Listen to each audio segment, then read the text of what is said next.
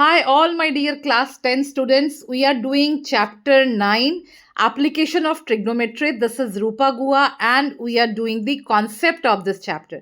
This chapter is contributing 5 marks in your final board examination. The pattern which usually comes is one marker, that is MCQ, or and with that a case study, or it is a 5 marker question, either of these two. The concept of this chapter are very minimal, बहुत ही simple, कोई formula नहीं है, कुछ नहीं है. जो आपने trigonometry में एंगल्स पढ़े थे, that is all sine cos tan के परपेंडिकुलर वाला, that and the angles ka value is important in this chapter. So let's see the concept. First one is angle of elevation. So I have a figure which shows angle of elevation kaise hota hai. The angle between the line of sight and the horizontal level, the angle which it is making is called the angle of elevation, and it is always with respect to the horizontal level ke respect mein. It can be at any height, right? So this is called the angle of elevation. Let me take one example so that you'll understand the concept better. So the length of the shadow of a tower on the plain ground is root 3 times the height of the tower. Find the angle of elevation of the sun. 2 marker 2023. ऐसे question में सबसे पहली चीज जो आपको करनी है, that is you have to draw a proper figure. So इसमें मैंने ये फिगर बनाया. ये टावर, ये सन बनाने की जरूरत नहीं, सिर्फ ट्रायंगल शेप में आप बना सकते हो. I did this for better understanding of the concept. ठीक है, तो सबसे पहले हमने एक फिगर बना लिया. एक टावर के साथ क्या हो रहा है, उसका शेडो आ रहा है. So A B represents the tower and B C represents the shadow of the tower, and it is, let me assume that the height of the tower be h. Then what is given to me? The length of the shadow of the tower is root 3 h हो जाएगा, because root 3 times the height of the tower हो गया, right? अब मैं triangle ABC में tan लूंगी, because AB और BC के बीच का रिलेशन मुझे पता है, और मुझे पता है tan is perpendicular by base. So tan C की वैल्यू क्या आ गई students? AB by BC. AB is h, BC is root 3h. h cancel हो गया. tan C is 1 by root 3. Now I have to see कि tan की वैल्यू 1 by root 3 कब आती है. That is, we already know that, we have done in trigonometry. 30 degree पे angle C, that is tan C की वैल्यू 1 by root 3 आती है. So angle of elevation of the sun will be 30 degree. That is all, right? Easy है question, simple है. Moving on to, I have taken one more example. So moving on to that example, from a point on the ground, the angle of elevation of the bottom and the top of a transmission tower fixed at the top of a 20-meter high building are 45 and 60 degree respectively. Find the height of the tower. This is a 5-marker question from 2024. Figure बना दिया. For your better understanding हमने क्या बनाया है, एक building भी बनाई है, टावर भी बनाया. Those things are not needed for your examination point of view. So what are you going to do here? सबसे पहले एक बार रिप्रेजेंट देख लेते क्या क्या चीज़ क्या रिप्रेजेंट कर रहा है.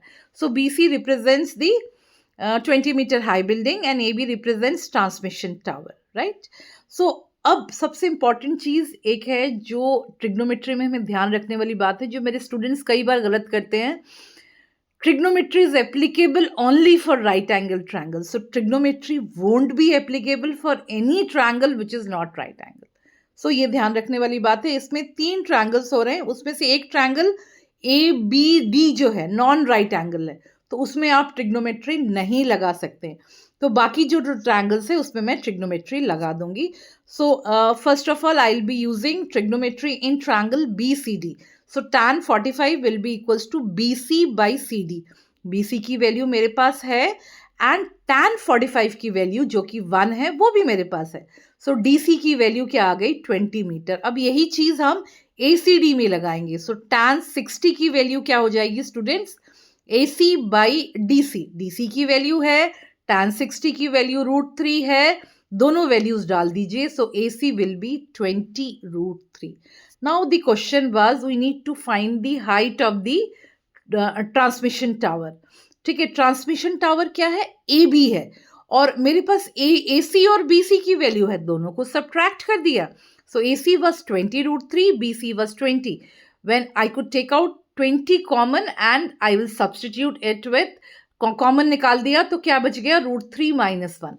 अच्छा, √3 की वैल्यू यदि क्वेश्चन में आपको दे रखा है तो आपको डाल के निकालना पड़ेगा, बट यदि क्वेश्चन में नहीं दे रखा है √3 की value, you can leave the question at this point, otherwise you need to substitute the value of √3, but हम इस क्वेश्चन को यहीं पे छोड़ देंगे. So moving on to the next concept, that is angle of depression. अब आप देखिए फिगर में क्या है, angle of depression when I am looking, ऊपर से नीचे की तरफ जब एंगल आ रहा है, right.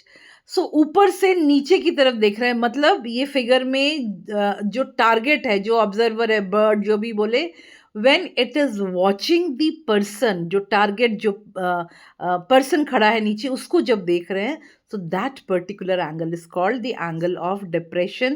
So how I am going to define that? So angle of depression of an object is the angle formed by the line of sight with the horizontal when it is below the horizontal level. जब नीचे होता है then it is called the angle of depression. So I have taken a question based on this. So let's see that example. From the top of a 45-meter high lighthouse, the angle of depression of two ships on the opposite side of it are observed to be 30 and 60 degree. If the line joining the ship passes through the foot of the lighthouse, find the distance between the ship. Use √3 equals to 1.73. यहाँ पे लिखा हुआ है और it is a 5 marker question from 2025. पहली चीज जो question पढ़ने के बाद मुझे करनी है, that is I need to draw a beautiful diagram, right? Based on that diagram I'll be proceeding further, and based on that diagram only the examiner will check your copy whether you have done it correctly or not. Even if you have done everything right but the diagram is, the figure is not right, you won't be getting any marks for this. So क्या करना है, light house 45 metre high है, वहां पे ऊपर से हम angle of depression देख रहे हैं. देखिए लाइन ऑफ हॉरिजॉन्टल लाइन बनाया और लाइन ऑफ साइड टेढ़ी जा रही है, सो 30 और 60 डिग्री आ गया दोनों शिप्स का. अब ऑल्टरनेट एंगल्स करके 30 डिग्री को नीचे वाला 30 कर दिया और 60 को नीचे वाला एंगल 60 कर दिया. नाउ एंगल ABC और ABD दो ट्रायंगल्स बन रहे हैं जिसमें मैं ऑपरेट कर सकती हूँ, राइट. सो क्या किया, इन ट्रायंगल ABC लिया. सबसे पहले मुझे पता है tan 30 will be equals to AB by BC.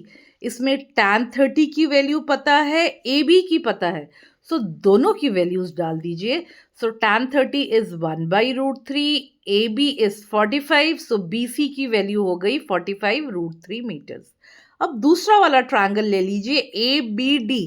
tan 60 की वैल्यू क्या आई, AB by BD. AB is 45, tan 60 is √3, so BD की वैल्यू 45 बाई √3 आया.